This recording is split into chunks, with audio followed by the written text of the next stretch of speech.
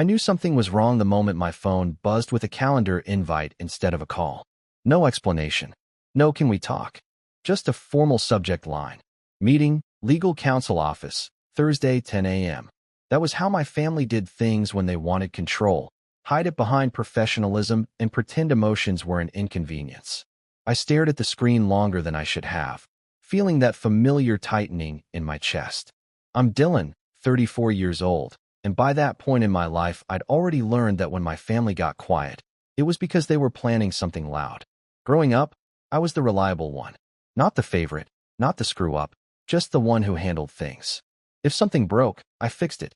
If paperwork needed signing, it somehow ended up in my inbox. My younger brother Mark had the charm, the easy laugh, the ability to disappoint and still be forgiven. My parents built their world around him without ever saying it outright. I was supposed to understand. I always did. Or at least, I pretended to. My dad used to clap me on the shoulder and say, "You're the steady one, Dylan. You don't need hand-holding." It sounded like praise until you realized it meant, "Don't ask for anything. You'll be fine." And for a long time I was. I built my career quietly, paid my bills, showed up to holidays with a bottle of wine and zero expectations. I thought that was maturity. Turns out, it was just training. The lawyer's office sat on the third floor of a glass building downtown, all clean lines and muted colors.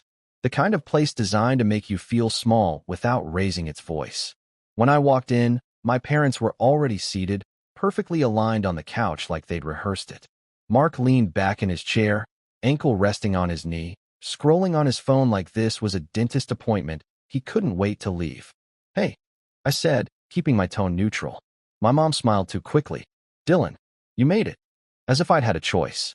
We exchanged small talk that felt more like stalling. Weather, traffic, how busy everyone was. No one asked how I'd been. No one ever did in rooms like that. The lawyer, a woman with calm eyes and a voice trained to sand down sharp edges, eventually cleared her throat and slid a folder onto the table between us. "We're here to discuss the estate restructuring," she said. That word, restructuring, landed heavier than it should have. My grandfather had passed the year before. He wasn't perfect, but he'd been fair in the ways that mattered. He believed in balance. He'd also believed in me, which made my family uncomfortable in a quiet, simmering way. The lawyer opened the folder and began explaining things in measured tones. Trusts, assets, adjustments. I listened carefully, nodding at the right moments. But my attention kept drifting to the way my mom's hands were folded so tightly in her lap, or how Mark wouldn't meet my eyes. Then my dad leaned forward and placed an envelope on the table. "We think this is the cleanest way," he said. I looked at the envelope. Thick, crisp, the kind of thing you see in movies when someone is trying to end a problem without a scene. My mom finally spoke, her voice soft, rehearsed. "We don't want this to turn into something ugly." The lawyer slid the envelope toward me. "This is a settlement offer. In exchange, you'd sign a release relinquishing any further claims." There it was. Clean words for a messy thing. I opened the envelope slowly. Inside was a check, a number written with confidence, like it had been calculated to feel generous without being inconvenient. For a second, I almost laughed, not because it was small, but because of what it represented. This was the price they'd decided I was worth. Not just financially, but emotionally. As a son. As a brother. Mark finally looked up. "It's fair," he said, shrugging. "More than fair, honestly. You're doing fine anyway." There it was. The first cut. Casual. Almost bored. I felt heat rise in my face, but I kept my voice even. "So this is it. You call me into a lawyer's office and hand me a check." My dad exhaled like he'd been waiting for this moment. "We're trying to avoid conflict, Dylan." I looked at him, really looked. The man who'd taught me how to ride a bike, how to shake hands firmly, how to swallow disappointment quietly. By buying me out, my mom reached across the table, not quite touching my arm. "We just want everyone to move on." Move on. From what? Being overlooked? Being convenient? Being the one who never caused trouble, so they assumed he never would? I held the check between my fingers, feeling its weight. I thought about every time I'd shown up without being asked. Every assumption that I'd be okay with less because I'd never demanded more. "I'm not upset," I said finally. And that was the truth, at least on the surface. I was calm in that dangerous way people get when something inside them has clicked into place. "I just want to understand something." The lawyer tilted her head slightly, attentive. I slid the check back across the table, aligning it neatly with the folder. "If you think this buys me out," I said, meeting each of their eyes in turn, "you misunderstand me." The room went quiet. Not the awkward kind. The tense kind. My dad's jaw tightened. My mom's smile faded. Mark sat up a little straighter, like he'd just realized this wasn't going the way he'd expected. "Dylan," my dad said slowly, "don't make this harder than it needs to be." I leaned back in my chair, folding my hands the same way my mom had earlier. My heart was beating steadily now, every pulse clear and deliberate.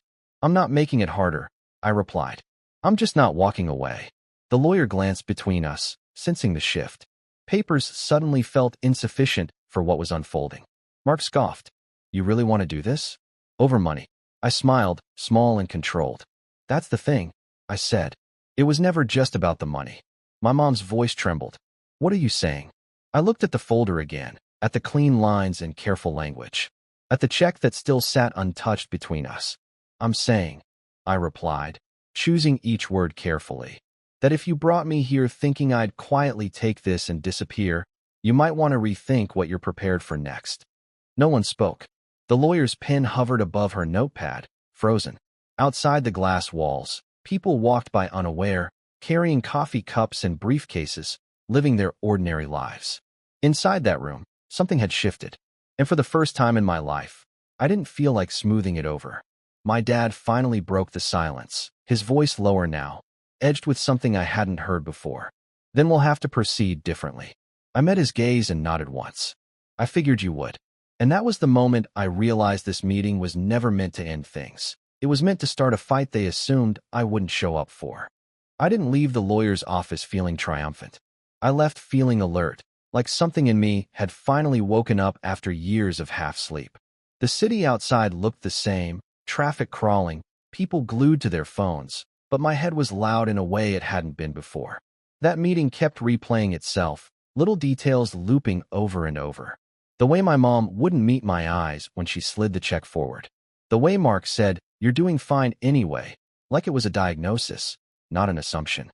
The way my dad said we'll have to proceed differently as if he'd just mentally switched strategies. I told myself I'd give it time. Families say stupid things under stress. Lawyers make everything colder than it needs to be. I went home, cooked dinner, tried to focus on a show I'd already seen twice. But my phone stayed face down on the table, and every time it buzzed, my stomach tightened. The first message came the next morning. Not from my parents, but from my Aunt Carol. She was my dad's sister, the kind who smiled a lot, but always seemed to be taking notes. "Heard things got tense yesterday," she wrote. "Your parents are just trying to do what's best for everyone." That phrase again. Everyone. I typed out 3 different responses and deleted them all. I finally settled on, "I just want transparency." She didn't reply. By the end of the week, the tone shifted. Invitations stopped coming. The family group chat went quiet, then suddenly active again without me in it. I found out because Mark accidentally referenced a conversation I'd never seen. When I asked him about it, he sent a thumbs-up emoji and nothing else. I started getting calls from my dad, but they weren't conversations. They were lectures disguised as concern. "You need to be careful," he said during one of them, pacing audibly on the other end. "Dragging this out helps no one. Especially not you." "I'm not dragging anything out," I replied. "I just didn't agree to your terms." He sighed, long and theatrical. "You've always had trouble letting things go." That one stung. Not because it was true, but because it was so obviously backwards. Letting things go was my specialty. I'd let go of attention, credit, expectations. I'd let go of being included in decisions that affected me. The one time I didn't, suddenly it was a flaw. My mom took a different approach. She started sending photos. Old ones. Childhood holidays, birthdays, moments where we all looked happy in that frozen, curated way families do. "Remember this?" she'd write. "We were so close then." No mention of the lawyer. No mention of the check. Just nostalgia used like a lever. Then there was Mark. Mark didn't call. He didn't pretend to smooth things over. He showed up unannounced one evening, leaning against my doorframe like he owned the place. He looked relaxed, almost amused, like this was entertainment for him. "You're really sticking to this?" he asked, glancing around my apartment. "All this over pride?" I closed the door behind him, slow and deliberate. "It's not pride." He laughed, sharp and dismissive. That's what people say when it is. I felt that familiar urge to explain myself, to justify, to soften. I didn't. Why are you here, Mark? He shrugged. Dad asked me to talk sense into you. By insulting me. By being honest, he shot back. Look, you were never going to get what you think you deserve. You should have taken the money. There it was again. What you think you deserve. Like fairness was a delusion I'd invented. I watched him carefully then. The way he leaned back, confident, unbothered. The way he didn't ask if I was okay, only if I was going to be difficult. Why are you so invested? I asked. This doesn't change your life either way, does it? He hesitated. Just a fraction. Barely noticeable. Then he smiled. You worry too much. That hesitation lodged itself in my chest. The next few weeks felt like being slowly edged out of a photograph. I still existed, but only on the margins. Family dinners happened without me. Decisions were made without my input, even ones that directly involved things I'd helped manage for years. When I asked questions, I got vague answers. When I pressed, I was told I was being dramatic. Then came the paperwork. I received an email from the lawyer's office, CC to my parents and Mark. It was polite, professional, and deeply unsettling. It outlined next steps in the estate restructuring process and referenced documents I had never seen. Amendments, transfers, authorizations that apparently no longer required my consent. I called the lawyer immediately. I think there's been a mistake, I said, keeping my voice steady. I haven't agreed to any changes. There was a pause. According to our records, she replied carefully, your consent is no longer required under the revised framework. My heart thudded. Revised how? Another pause. Longer this time. Perhaps it would be best to discuss this with your family. I hung up and sat there, staring at my phone like it might explain itself if I waited long enough. That night, I drove to my parents' house. I hadn't planned to. I just ended up there. The lights were on. Cars in the driveway. I walked in without knocking, something I hadn't done since I was a teenager. They were all there. Mom, Dad, Mark. Papers spread across the dining table. Notepads, folders, a laptop open to something I couldn't see. Everyone froze when they saw me. What's going on? I asked. My dad stood up slowly. You should have called first. I tried, I said. No one answered. Mark closed the laptop halfway. Too late. I'd already seen my name on the screen. Or rather, my absence. We're finalizing things, my mom said softly. There's no need for you to be upset. I laughed then. I couldn't help it. It came out sharp and hollow. You're restructuring an estate that includes assets I helped build, without me, and you're telling me not to be upset? You forfeited your seat at the table, my dad snapped. The moment you refused to cooperate. There it was. The punishment. Clear and unambiguous. I felt something crack inside me then. Not anger. Something colder. So that's it?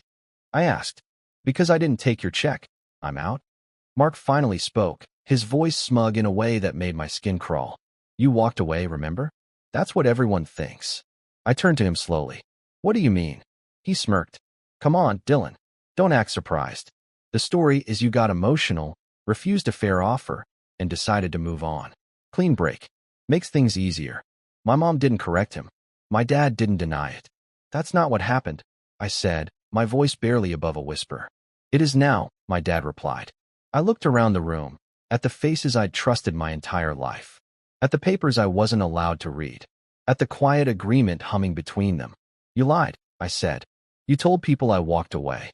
It was necessary, my mom said quickly. You were making things complicated. Something in me hardened completely then. Necessary for who? No one answered. I took a step toward the table. My dad moved in front of it instinctively, blocking my view. That told me everything I needed to know. What did you change? I asked. What did you take? Mark rolled his eyes. You're being paranoid. I leaned closer, my voice steady, dangerous in its calm. Say it. He hesitated again. Longer this time. Then he glanced at my dad, who gave the slightest nod. Mark exhaled. The company, he said. Your shares. They were reassigned. The room seemed to tilt. Reassigned to who? He met my eyes, and for the first time, there was no humor in his expression. To me. My chest tightened so hard it felt like I couldn't breathe. You couldn't do that without my signature. Mark smiled, slow and satisfied. That's the thing, he said. Turns out, you already signed. I stared at him, my mind scrambling, flipping through memories, documents, moments where I'd trusted them without question. That's impossible, I said. I never. My dad interrupted, his voice firm. Do you remember the financial power of attorney you signed years ago? When you said you trusted us to handle things. The words landed like a physical blow. I remembered. Of course I did. A stack of papers after my grandfather got sick. This is just in case, my dad had said. For efficiency. I'd signed without hesitation. Because that's what I did. I trusted. I didn't complicate things. My mom's voice shook. We didn't think you'd make it difficult. I felt sick. Truly sick. You used that, I said. You waited until I disagreed. And then you used it. Mark folded his arms, looking almost proud. You should have taken the check. I backed away from the table, from all of them, my legs unsteady. Everything I thought I understood about my family collapsed into something ugly and deliberate. This wasn't favoritism anymore. This was theft wrapped in family language. I turned toward the door, my head buzzing, heart pounding. My dad called after me, his voice sharp. Don't do anything you'll regret. I paused, my hand on the doorframe. You already did, I said quietly. As I stepped outside into the night, my phone buzzed in my pocket. A new email notification. From the lawyer. Subject line, confirmation of transfer. I didn't open it. I didn't read that email until the next morning. Not because I was in denial, but because I already knew what it would say, and I wasn't ready to let the words make it official.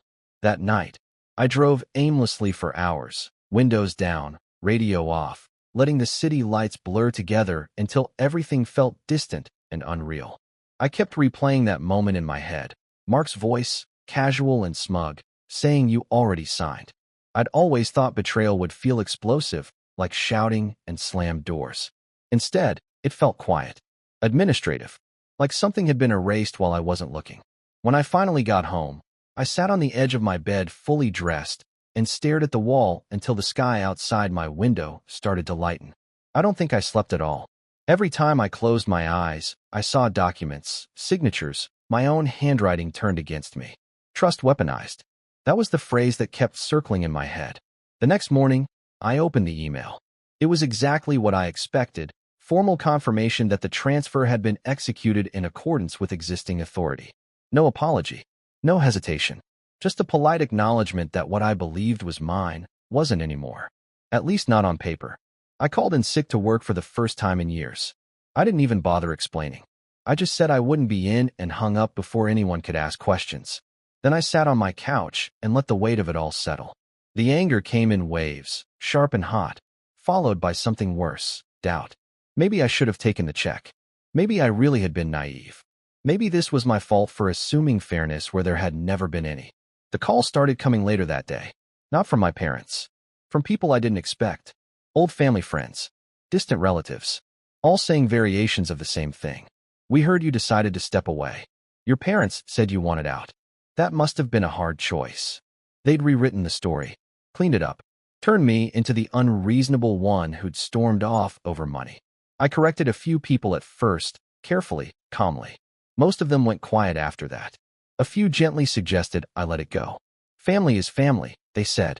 Is it worth tearing everyone apart? I stopped answering after that. The lowest point came a week later, when I logged into an account I'd helped manage for years and found my access revoked. No warning. No explanation. Just a polite error message telling me I didn't have permission. That was when it hit me fully. This wasn't just emotional. It was practical. They'd cut me out completely. I felt embarrassed in a way I hadn't felt since I was a kid. Embarrassed for trusting them. Embarrassed for not seeing it sooner. I started questioning everything. Every memory, every favor, every moment I'd been told I was the steady one. Had that just been code for the expendable one? For a few days, I didn't do much of anything. I moved from bed to couch and back again. Ate whatever was easiest. Let dishes pile up. I wasn't depressed in the dramatic sense. I was numb, like my system had shut down to protect itself. Then, slowly, something shifted. It happened in a small, almost stupid way. I was cleaning out an old drawer, looking for a document I wasn't even sure I still had, when I found a notebook. One I'd kept years ago, back when I'd been helping my grandfather with his business. It was full of scribbles, notes, ideas he'd thrown at me offhandedly and trusted me to refine.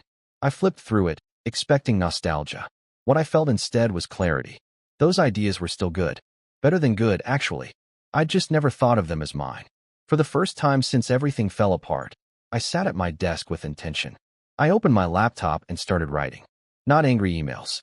Not messages to lawyers. Just plans. Rough, imperfect, but mine. I listed skills I'd picked up quietly over the years. Negotiations I'd handled. Systems I'd streamlined. People I'd connected. All the invisible work I'd done while others took credit. I realized something uncomfortable and empowering at the same time. They hadn't succeeded because I was weak.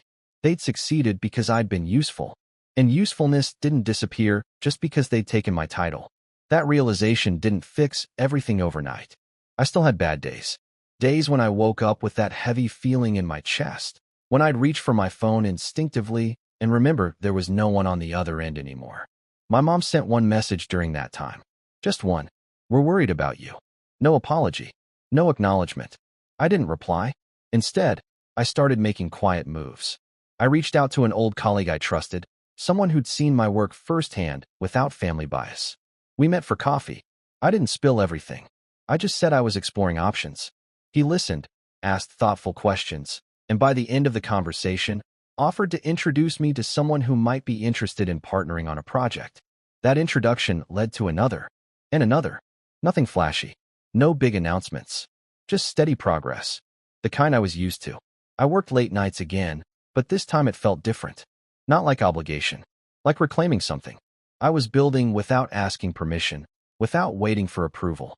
Every small win felt earned in a way nothing in my family ever had. There were moments of temptation.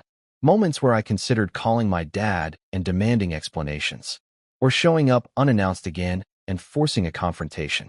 But each time, I stopped myself. Not because I was afraid, but because I was starting to understand something important. They expected me to react. They expected anger, desperation, threats.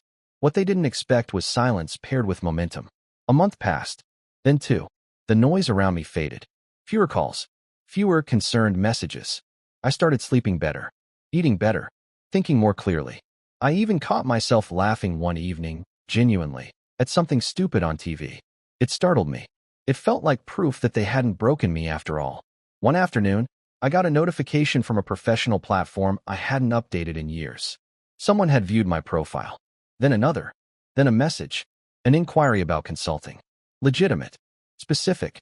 Interested in my experience. I stared at the screen for a long time before replying. That night, I updated my resume. Not out of panic, but pride. I wrote it honestly. No downplaying. No deferring credit. Just facts. Just work. Just results. And as I typed, I realized something else had been happening quietly in the background. I was no longer thinking about what they'd taken. I was thinking about what I could build. The shift wasn't dramatic. It didn't come with a speech or a victory montage. It was subtle and steady, like pressure building behind a wall. I still hadn't decided what I was going to do about my family, about the company, about the lie they'd told on my behalf. But for the first time since that meeting in the lawyer's office, I felt something solid under my feet again. And somewhere deep down, beneath the calm, a plan was starting to form. By the time I realized I wasn't just rebuilding my life, but repositioning myself, the anger had cooled into something far more useful. Anger burns fast and loud. This felt different. This felt precise. I stopped thinking in terms of what they'd done to me and started thinking in terms of how they'd done it. That distinction mattered. It turned emotion into information. I went back to the beginning. Not the lawyer's office, not the night I stormed out of my parents' house, but years earlier. I pulled every old email, every shared document, every message thread that involved anything financial or administrative. I didn't do it all at once. I treated it like a long-term project, because that's what it was. An excavation. I wasn't looking for outrage. I was looking for patterns. And patterns were there, once I stopped assuming innocence. My father liked to talk about efficiency. That was always his justification for handling things centrally, quietly, without too many people involved. Less mess, he'd say. Cleaner that way. What I saw now was control disguised as order. Every major decision had flowed through him, even when it technically shouldn't have. Mark's involvement had increased steadily over the years, not because he'd suddenly become capable, but because my dad had positioned him that way. I started keeping notes. Not dramatic ones. Just facts. Dates. Who said what? When authority was granted and how it was used. I wasn't sure yet what any of it meant, but I knew one thing. The power of attorney had been a doorway, not a weapon on its own. It had enabled things, but it hadn't justified everything. That distinction became my anchor. At the same time, my professional life kept gaining traction. The consulting inquiries turned into actual contracts. Small at first, then larger. I was careful about who I worked with. I asked more questions than I answered. I listened. People talked. They always do. Especially when they think you're just a neutral professional and not someone quietly recalibrating their entire worldview. One conversation, in particular, stuck with me. I was meeting with a mid-sized firm that operated in the same general space as my family's company. Not a competitor exactly, but adjacent enough to overlap. Over coffee, one of the partners casually mentioned a recent acquisition my family's company had made. Bold move, he said. Surprised they had the liquidity for it. I kept my expression neutral. Why is that? He shrugged. We'd heard they were tight. Leveraged more than they let on. That was new. I didn't press him. I didn't need to. The seed had been planted. Over the next few weeks, similar comments surfaced in different contexts. Nothing explicit. Just hints. Concerns. Side glances. The kind of things people say when they assume you already know. I realized my family's version of events wasn't just dishonest to me. It was selective to everyone. That realization changed my approach. I stopped thinking like a wronged son and started thinking like an outsider with insider knowledge. Someone who understood the internal logic of the operation without being emotionally invested in preserving its image. I began mapping relationships. Vendors, partners, consultants. I wasn't contacting them directly, but I was paying attention, reading between lines, tracking shifts. Meanwhile, my family stayed silent. No more "we're worried about you" messages. No invitations. No updates. The quiet felt intentional now, like they were hoping time would dull the edges. That I'd settle into my new life and stop looking backward. They underestimated how good I'd gotten at working in silence. The first real confirmation came from a document I almost overlooked. Buried in an old shared drive, labeled something generic and forgettable. I only opened it because I recognized the formatting. My grandfather's formatting. He had a specific way of structuring notes, a rhythm to how he outlined things. This document wasn't signed, but it was detailed. It referenced contingencies, protections, conditions tied to the very authority my father had used against me. I read it twice, then a third time. It didn't undo what had been done, but it complicated it. There were clauses my dad had never mentioned, safeguards that triggered under specific circumstances. Circumstances that, based on recent actions, might very well apply. My grandfather had been many things, but careless wasn't one of them. He'd trusted my father, yes, but not blindly. He'd built in friction, checks that required honesty to function. I closed the document and sat back, heart pounding. This wasn't a smoking gun. Not yet. But it was leverage. The kind that didn't announce itself until it was too late. I didn't confront anyone.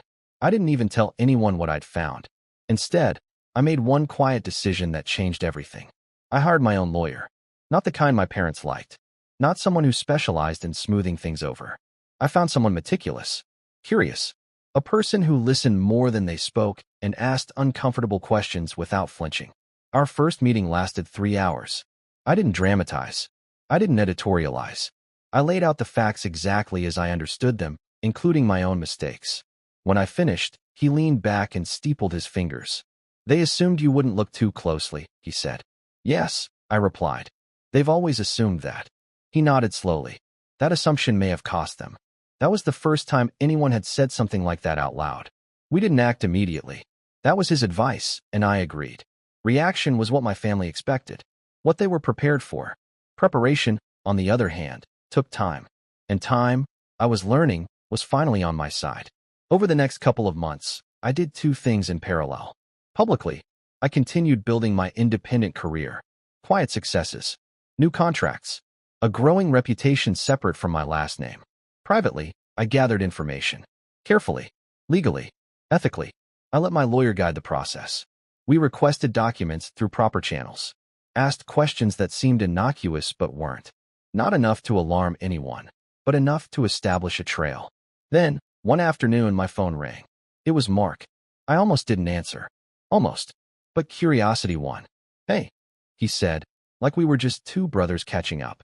Dad mentioned you've been busy. Busy enough, I replied. He laughed lightly. Good. That's good. Listen, we were thinking, maybe it's time to put this whole thing behind us. I pictured him leaning back in his chair, confident again. What does that look like? I asked. A conversation, he said. No lawyers. Just family. I smiled to myself. No lawyers. Of course. I'll think about it, I said. Great, he replied quickly. Too quickly. We just don't want things to get complicated. After we hung up, I sat there for a long moment, staring at my phone. Then I forwarded the call details to my lawyer with a single line. They're getting nervous. He replied a few minutes later. As they should. That was when I knew the setup was almost complete. They'd assumed I was isolated. That without access, without title, without family backing, I'd fade. Instead, I'd become something they hadn't accounted for. Independent, informed, and no longer interested in protecting their version of the truth. I wasn't ready to make a move yet. Not publicly, not directly, but the board was set, and the pieces were finally in positions they hadn't chosen. The next step wouldn't be loud. It would be undeniable. And when it came, it would force them to look at me not as the son who should have taken the check, but as the variable they'd failed to control. I just needed one more opening. And based on the way they were suddenly reaching out, I had a feeling they were about to give it to me themselves. The opening came 3 weeks later, wrapped in a tone of forced politeness and urgency. My dad emailed me directly for the first time since the night I walked out of the house. No lawyer copied. No family group. Just him. We need to resolve this, he wrote. There are concerns. Let's meet and clear the air. Clear the air. That phrase used to work on me. It implied fairness, honesty, a mutual desire to fix things. Now I read it for what it was, a request for control. I agreed to meet. I suggested a neutral location. He insisted on the lawyer's office. I let him. When I walked into that same glass-walled building, I felt none of the anxiety I'd felt months earlier. No tightening chest. No rehearsed explanations. I felt prepared in a way that surprised even me.